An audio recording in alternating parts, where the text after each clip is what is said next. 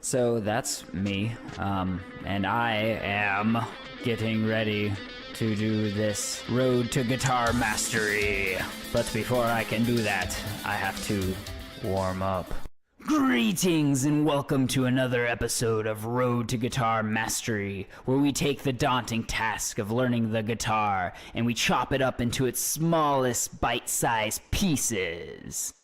While I was plugging in this morning, I came up with an interesting little game that we can play to help in our endeavors. I call it the Endurance Olympics. You guys ever hear that old saying describing how to boil a frog alive and how you have to slowly increase the heat so that the frog is unaware that he's boiling? Because if you increase it too fast, then he'll jump out and he won't boil, you know? Well, that's the basic principle behind this game. I knew going into my practice this morning that I wanted to work on my endurance. So I figured I would start playing with the stopwatch and play a couple different speeds for long periods of time. And I started really short with like a minute. I later increased that to 5 minutes because I couldn't imagine myself ever needing to play at a speed for longer than that period of time. So that was kind of my set goal. The next step was to play around with different tempos, and what I was looking for was a moderate tempo that I maybe felt slight discomfort in, and whichever tempo that I could go for 5 minutes in this state.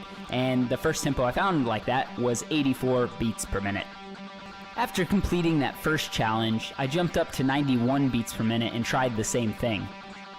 I noticed after completing 91 beats per minute that the discomfort was a little more noticeable, so just like the frog in the boiling water, I decided from this point forward I would only turn up the speed by 1 beat per minute for each iteration.